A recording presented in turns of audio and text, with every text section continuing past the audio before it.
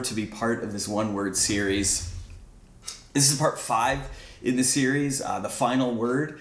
Now, rarely in my household do I get the final word, so this is nice, this is nice. We've heard 4 words from 4 different people that have brought fresh insight for us. As I was listening to one of them, I think it was Becca's last week, I was thinking to myself, and there's a saying that goes, a picture is worth 1,000 words.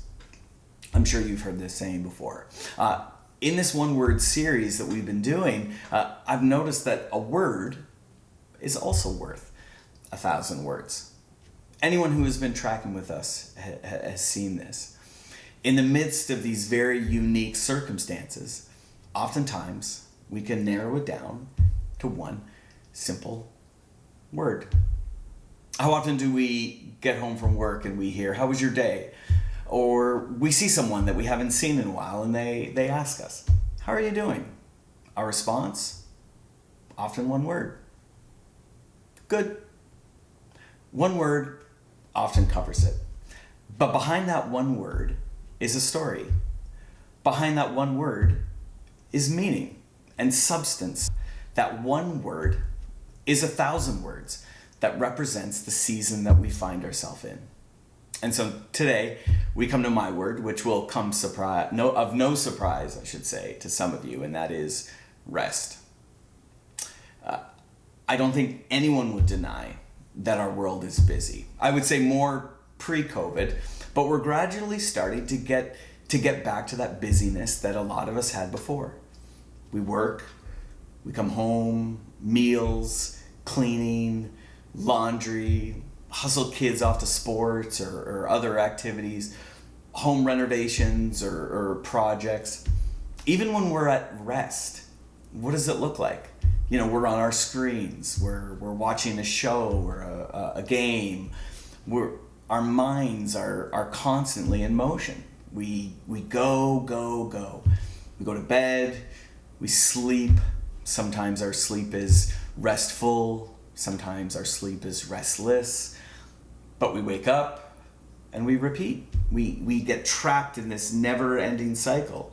When does it stop? For some of us, it doesn't. We're constantly going. I have found that this constant busyness, and we see it all the time in our society, it leads to overall just general fatigue. Our mental and physical health take a backseat. Our work, our relationships, and other things that we value tend to suffer. With everything going on in our world, the hurt, the politics, as a society, we need rest now more than ever. We heard Christina Heath talk about stillness the other day. Just this week, I downloaded the weekly podcast of a few of my favorite communicators, as I often do, and 2 of them, the focus of their talk was rest. We've been hearing a lot of it these days, and I think that's because we need to hear a lot of it these days. COVID, as it has been alluded to before, COVID brought about a little bit of a forced rest, a forced stillness, where the world, for many of us, just stopped. Now all of the nurses and the frontline workers are kind of shaking their heads right now, and it definitely was not the case for them, this we know. But a few neat stories came about as a result of this forced rest. Some of us heard the story about the canals in Venice, Italy. The city, once packed with tourists, now lay somewhat barren. And the canals, once packed with gondolas and motorboats, was finally at rest. And what happened? Rejuvenation. The waters became clearer, less pollution, leading to the arrival of some marine life. The pictures were amazing to see what occurred as a result of rest. I think the same thing happens with us as humans when we rest. We shake off the day or the week that was, mentally prepare for the days that are become. Our spirits are rejuvenated and re-energized. We develop clarity and focus. I think one of my favorite stories in the Bible is when Jesus is led by the Spirit into the wilderness at the start of his ministry, and for 40 days he's there, and that's a story in and of itself. But what we all notice when he emerges from his time there is that he came out of the wilderness with a clarity of his mission. Like he was zoned in and focused on the task at hand. And many of us, when we read the story of Jesus in the Gospels, we notice that he takes a lot of time to rest, time away from his peers and those that he's closest to be alone, to self-isolate. No COVID pun intended there. But he's meant to be in solitude, to pray, to talk to God, to sit in stillness. Why? Because rest brings life. Rest brings rejuvenation, a sort of recovery for our souls. Not only does it lead to recovery, I think it also leads to discovery. When I finished university, I went to go work on a cruise ship, and I'll never forget the actual day before I started work. The flight there, the paperwork, having to go here and there, crossing T's and dotting I's, and it was just a busy go day. And by the end of it, I didn't even get to board the ship. I was shuttled off to a hotel for the night, but it didn't matter. I was exhausted, and I was looking forward to the rest.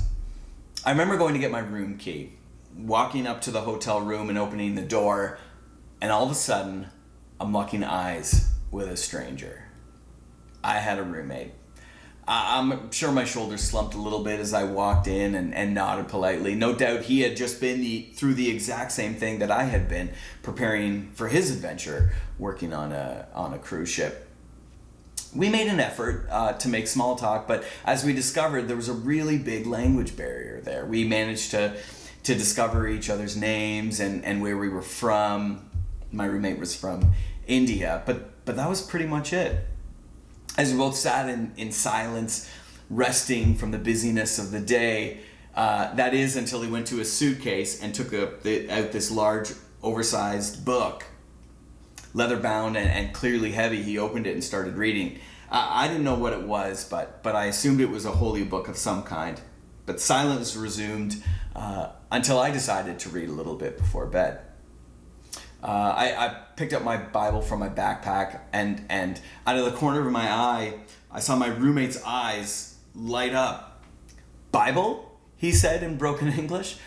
I smiled and said, "Yeah, Bible." He lifted up his own book and he said, "Bible." The next hour was spent combing through scripture, combing through verses, him reading in his language, me reading in mine. It was awesome. Certainly a neat moment of discovery for both of us as a result of the need for rest, but also the opportunity for connection. And I think that's the final thing that rest can bring. It can bring connection, the opportunity to connect with ourselves and reflect, connection with our spouse or our partner, connection with our family, to God. In Genesis 1, God creates the heavens of the earth. Now whether you believe he did it in 7 literal days or not is besides the point, but what he did on the 7th day is the most amazing thing to me. He rested. He took a day to cease work, to appreciate the amazing work that he had done. Our Creator, who certainly doesn't require physical rest, provided us with the blueprint for our week. Now, he also hammered this into tablets of stone, the 10 Commandments, as laws to his people. But it was 6 days to work, 1 day to rest, to be rejuvenated, to recover, to discover. My immediate family, my wife and my kids have been on a really neat journey recently in that we are working towards our family discovering Sabbath. One that I've shared with some of you here, a day where we do our best to avoid outside distractions and rest, to do things that bring us joy, to connect with each other, to connect with God and nature. Our newfound connection has certainly brought us closer together as a family, and we've learned to be more present, I think, with our family. I was playing baseball with Griffin the other day, and I had my phone in my pocket, and my phone went off. And he knew what I was thinking. I took off my glove and I reached in to check my phone. And he says, "Dad, be present." I mean, he said it half jokingly, but he was right. You know, in a world that is so jam-packed with stuff, with distractions left and right, where there's always something to do or something to watch or somewhere to go, I have discovered in this season in my life, to find rest is to find life. To find rest is to find rejuvenation, recovery, discovery, and connection. I hope this word has kind of brought you some insight today, and I'd like to encourage each of you, even if it's not a full day, to find periods of the day to rest and to connect. Take care, everyone.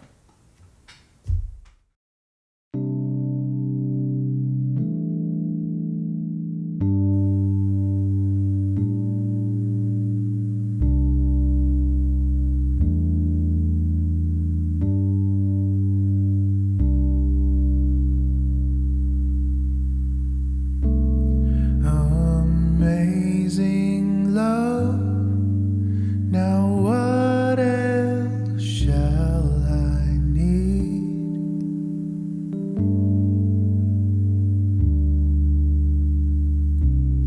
Your name brings life, it's more than the air I breathe.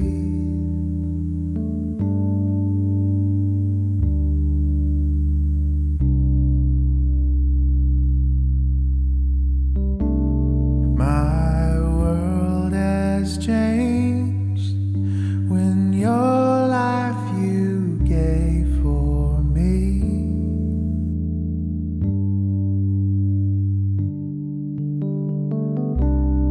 My purpose found in all that you want for me.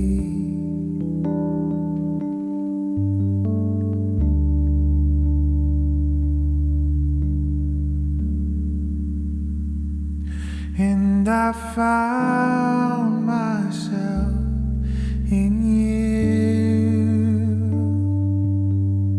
Lord. And I found